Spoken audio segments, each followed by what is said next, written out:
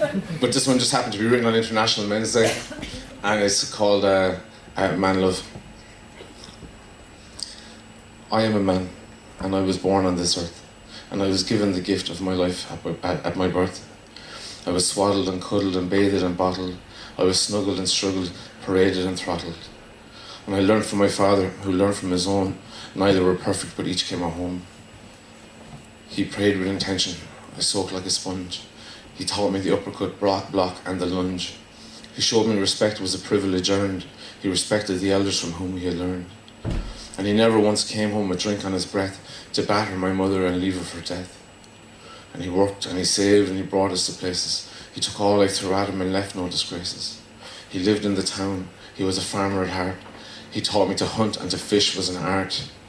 He pushed me when I was too lazy to care. He cuffed me when words were just short of a scare. And he drove me to always make use of my hands. And I know what it's now. It's the love of a man. And the love of a man is right there in the eyes. It's the justified anger at malice and lies. And it's not always there in a caring caress, but it's teaching you owning up to your own mess. It's the driving and striving to be at your peak. It's repairing and plugging the points that are weak. And crying was something so rare to behold, where your sobs would be silenced with a sorrowful scold. But grief and emotion were seldom explored, and death and depression sunk deep and ignored. Death and depression sunk deep and ignored. Excuse me.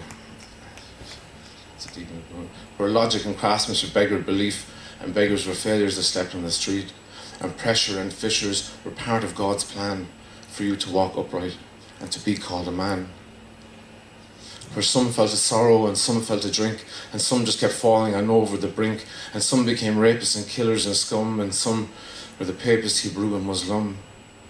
And man has walked proudly, and man has walked low, and man's walked where others who have dared not to go.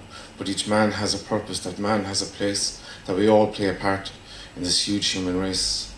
And are the men who are many and men who are good, are the men trying to manage a mangled manhood, are the men who are dying and men without hope, and the men who find peace at the end of their rope.